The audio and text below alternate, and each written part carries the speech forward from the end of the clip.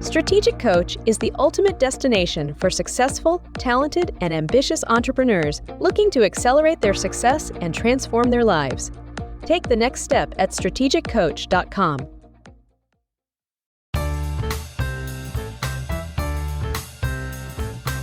Hi, this is Dan Sullivan. I'd like to welcome you to the Multiplier Mindset Podcast.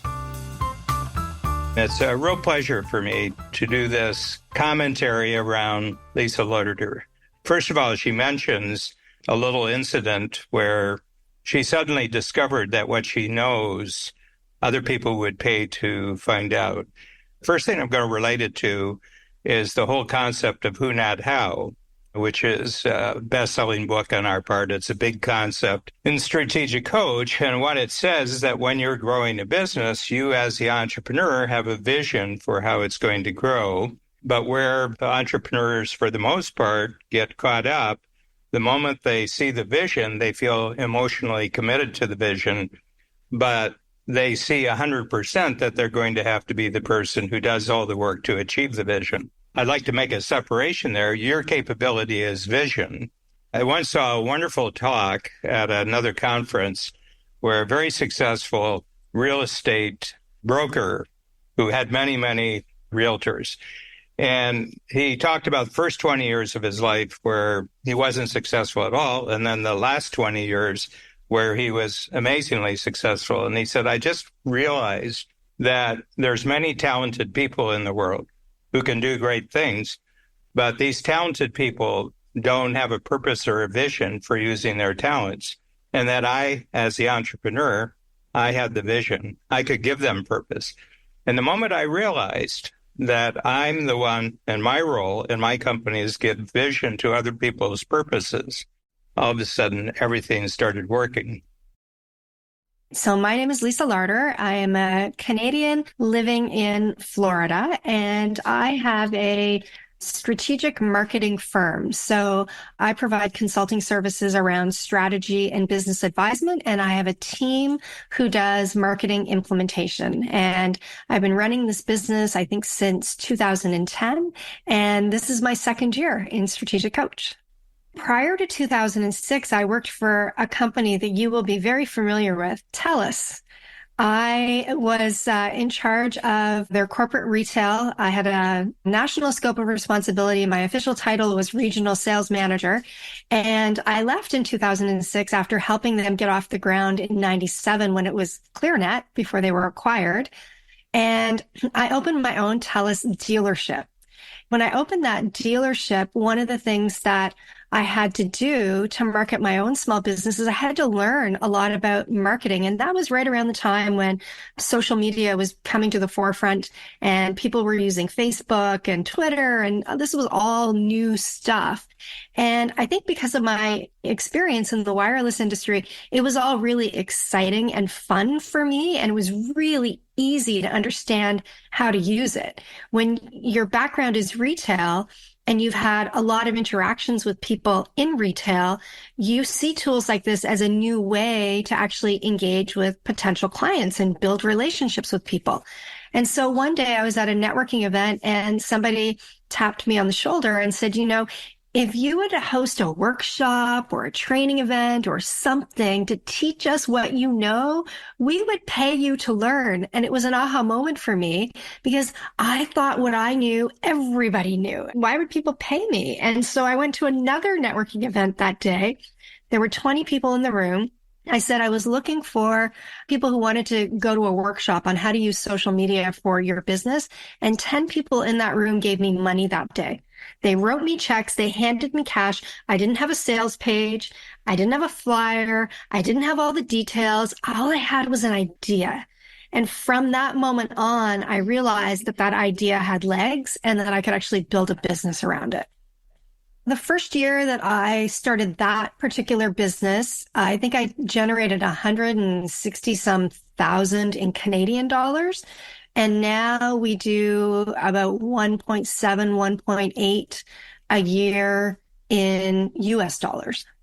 Advice for my past self would include don't grandfather fees, because as the market and the industry changes and things like inflation and pandemics and minimum wage go up, you're going to need to adjust your pricing. And so I used to wear grandfathered fees like a badge of honor. So that's one thing that I would tell my past self.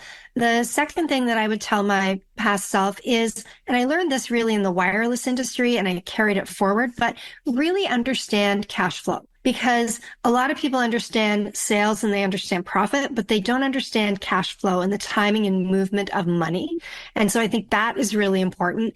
And then the third thing that I would tell my past self is meet as many of the right people as you can that you want to do business with. I think there's this period in time when you start a business where sometimes you're a little bit conservative in terms of how much money you invest in being in programs like Strategic Coach or going to events. And what I have found over the years is the bigger the ticket item I invest in my business, the bigger the reward that I typically get from showing up and doing it. And so I probably would have told myself to take those risks sooner.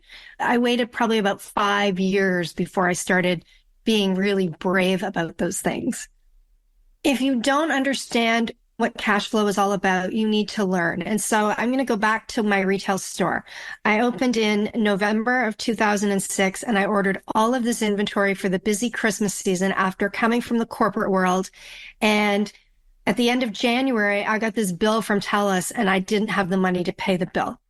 I didn't understand how come I owed all that money because I didn't understand the movement and timing of money. So I worked with someone who developed a cash flow spreadsheet for me so that I could put all of the inputs for when money was hitting the bank, when money was going out of the bank, and I could see any day of the year how much money I should have in the bank.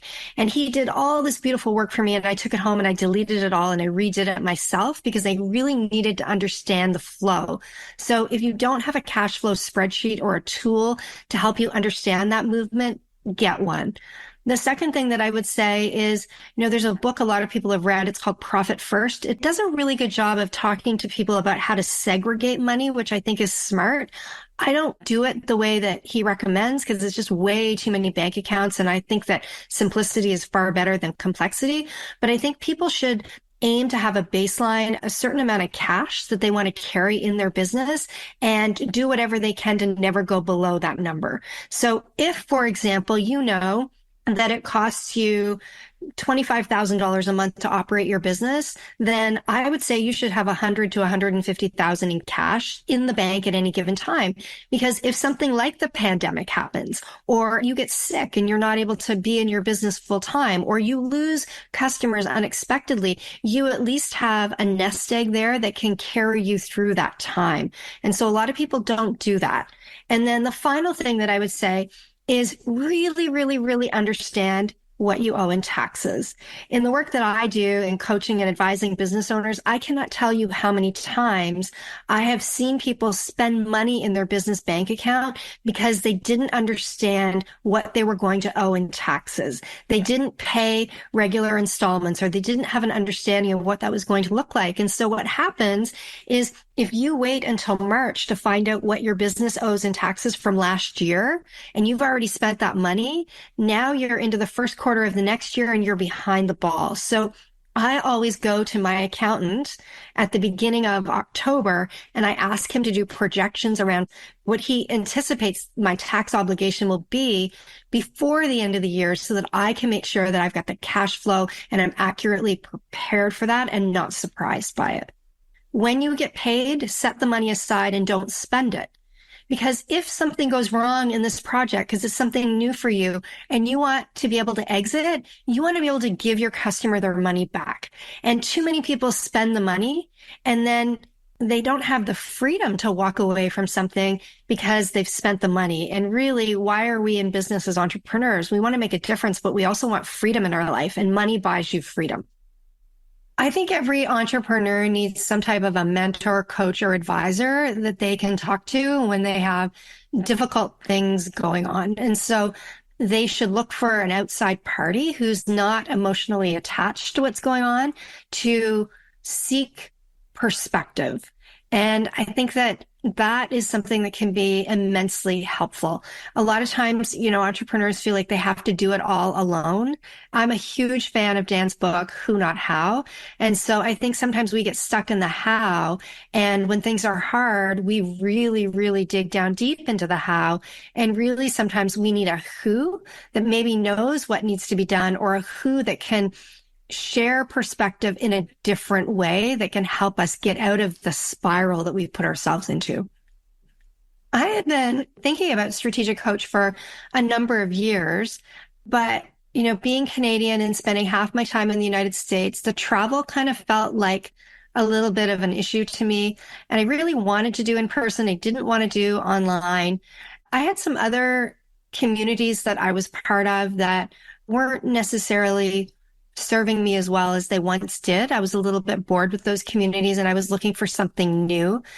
A couple of members of Strategic Coach spoke very highly to me about Coach, and a couple of them really told me that they felt like I would benefit and that I would get a lot out of it, that I would build great relationships. And especially given that I'm not a solopreneur, I have a team, that there would be a lot of tools and resources that I would get. And so I don't remember the exact state. I didn't join to solve a problem. It was more, I was looking for something new because I believe in investing in my own professional development. And so what's changed though is I've met a great network of people, and the consistency of showing up every single quarter and thinking about my business and having conversations with my business has just benefited me in a bunch of different ways. It's benefited my company in terms of, my team culture and really getting our team to focus on wins. It's benefited me in making decisions, I think, a bit faster than what I would have made previously when it comes to maybe employee issues. And I've just built some really great relationships with people, which is fantastic. I have 10 employees and we have up to 10 freelancers that work with us at any given time. So 10 employees, including myself. And then we have freelancers for kind of overflow. When we're more than at capacity, we have freelancers that can jump in and help us. And when we get to the next level of using our freelancers too much, then we'll hire another employee. And so it's kind of a good balance of having both. It wasn't until I think I was 350,000 that I decided to hire somebody to help me. I hired my first employee and that was a fail. She was a wonderful, wonderful woman, but she hated working from home. I wanted a remote company. So then from there, I started to hire more freelancers because I wanted people that didn't want an in-office job. And then as we continued to grow and I had more freelancers, I realized that I needed more commitment and dedication from people. And so then I started hiring employees. You will cap your potential if you don't learn how to lead and build a team. I also believe you need to make smart financial decisions because you can overhire and bankrupt your business. So again, you need to understand cash flow. You need to understand your numbers and the finances, the economics around hiring, but you only have so much time. And if you want to build a business that can operate without you, if you want to build a self-managing company, you can't do it alone. So if you're the type of person who just really, really wants to be a solopreneur, I'm going to say Coach is probably not for you. That's what really attracted me to Coach, was the promise that we'll help you build a self-managing company. And I think that you have to want that, and you have to know that you can't build a self-managing company without other people to manage it. And so you pretty much need to be willing to hire. So I think what is important for people who are listening to this to know is I'm a high school dropout, and I grew up with a single mom who lived under the poverty line. And if you are entrepreneurial and you have a dream, it doesn't matter what your background is, what your education is. What matters is your work ethic and your willingness to learn. I believe that it's really possible for anyone.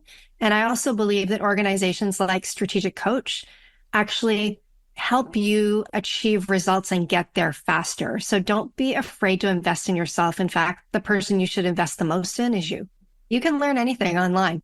There's no excuse today. There's no reason for people not to learn the competencies and capabilities and skills that they need to be successful if they're committed.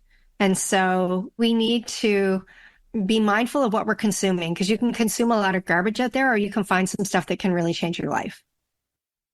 So who, not how applies to other who's who do the hows for your goals. But in becoming a very successful entrepreneur, and you've learned certain things, and Lisa has just mastered how you have to pay attention to cash flow, and she's really mastered how you pay attention to taxes. I might say also that she's learned the difference between the value of a Canadian dollar and the value of an American dollar, which we learned a long time ago. The whole point was I can see myself that Lisa would be a joy to have in a coaching session where she's the coach and just gets people to think through how they create freedom for themselves as entrepreneurs just by paying attention to the things that really matter. And cash flow, I often say, if there's a God in the entrepreneurial heaven, the name of that God is cash flow. That you only have freedom as an entrepreneur to the degree that you're confident about your cash flow and also confident about the cash flow that has to pay taxes.